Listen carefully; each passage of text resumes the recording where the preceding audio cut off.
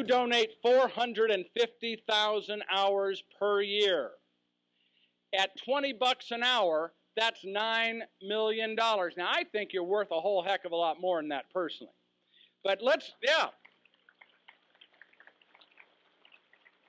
But $9 million. And look, by the way, how much you get done doing it for nothing. I have a couple ideas. My first idea is, why don't we get our elected officials to work for nothing? Maybe they'll get a whole lot more done. They could look to you as examples. I think it would be wonderful. Here's my second idea. I think that you should bill them. Send a bill to the county, an invoice, 450,000 hours, $9 million.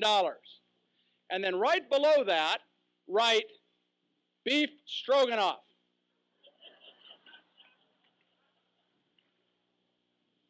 Paid in full. This brunch is your thank you for your 450,000 hours. How many of you in your lifetimes have had a $9 million beef stroganoff? Think about it. If you, in fact, can call that beef stroganoff.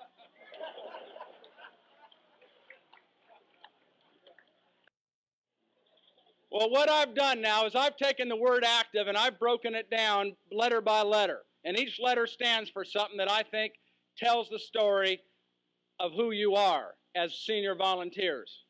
The A in active stands for attitude, because you all have a great attitude. I haven't met a one of you that isn't happy and smiling, and if you're not, I haven't seen it. There's two kinds of people. There's the person who wakes up in the morning and says, "Good morning, God." And then there's the person who wakes up and says, "Good God, morning." You're the type that wake up saying, "Good morning, God." And I think that's wonderful. That's why you're still going strong, and you're not going to quit. You're not going to stop, because your attitude is terrific. It's like the little boy who's out there with a bat and ball, and he's throwing that ball up in the air, and he swings the bat and he misses. And he throws the ball up and he swings and he misses again. And he throws it 12, 14 times. He throws that ball up, swings the bat, and he misses.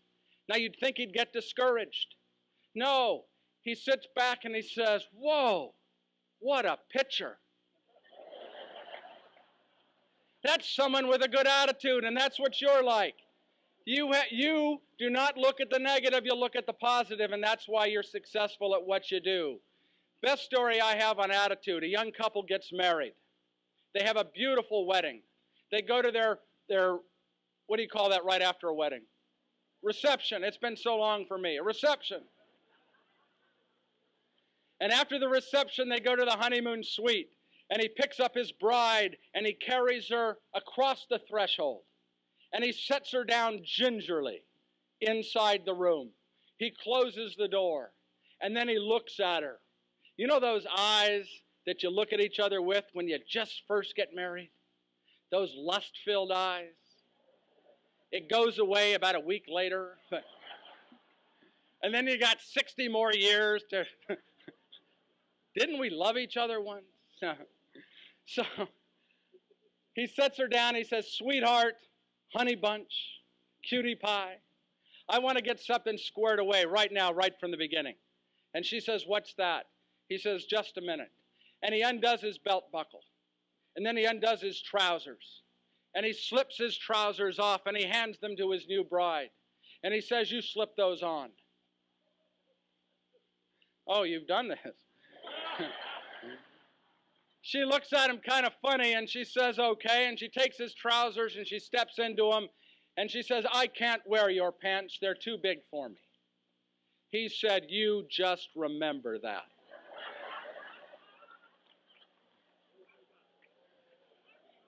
You know, we got a fella down that's applauding that, but, you know, I love my wife very much, and I've learned to turn these jokes in a way that she wins. So it makes life easier at home. So this was a woman of the new millennium. And so she thought for about a millisecond, and she slipped his trousers off, and then she slipped her little... I used to be polite and say drawers. And then a woman came up to me and said, my great-grandma wore drawers, I wear panties. And I said, all right. So she slipped her panties off and handed them to her husband and said, you slip those on. So he stepped into her little panties, and he's wriggling and wriggling, and finally he says, I can't get into your panties. Wait. See, I waited too long now.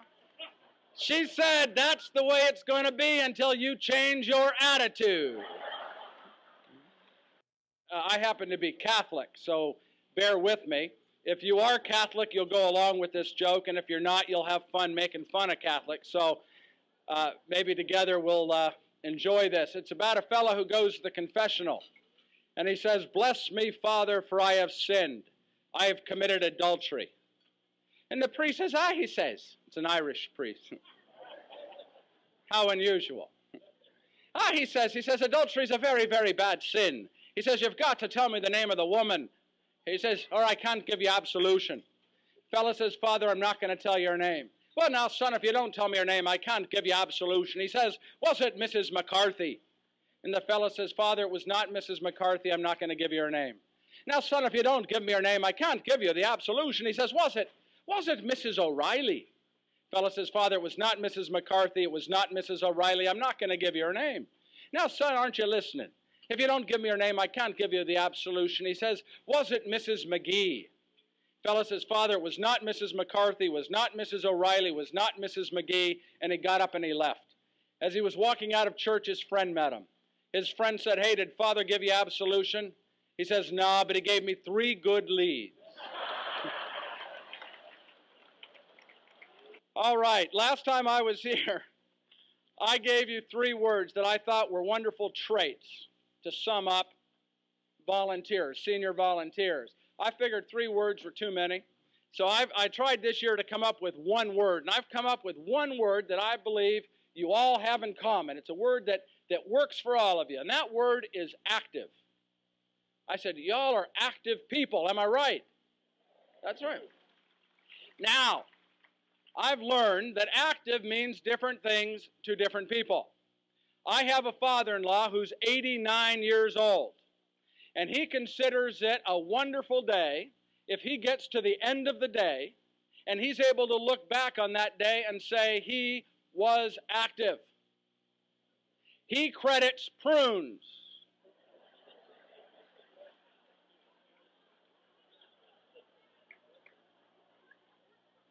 For $9 million, couldn't they have given us 1 prune for a group of senior volunteers? The last word is E. My sister gave me this word, endurance. She said, you're talking to us seniors. Endurance is good. She said, it's stick-to-itiveness. A woman was on the radio, 103 years old, and they were asking her about her longevity. They asked if she'd ever been bedridden. And she said, oh my, yes. And twice in a buggy.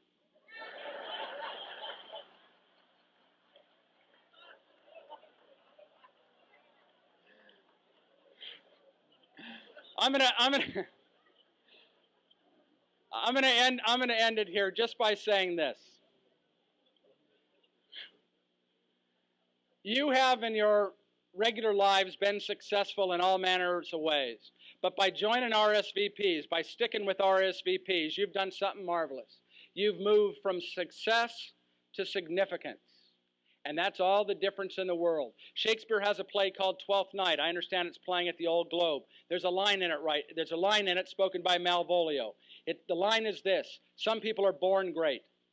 Some people achieve greatness. Others have greatness thrust upon them. I suggest that in this room we have all 3. We have people that have achieved greatness, that were born great and had greatness thrust upon them. The one thing you all have in common is that greatness. To Tocqueville, in the early part of the 1800s, nearly 200 years ago, said, America is great because her people are good. I want to thank you. This lunch is a thank you because you are good.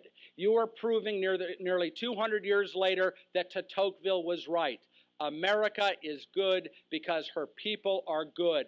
You are wonderful, good people, and I thank you for your time and your attention. God bless you.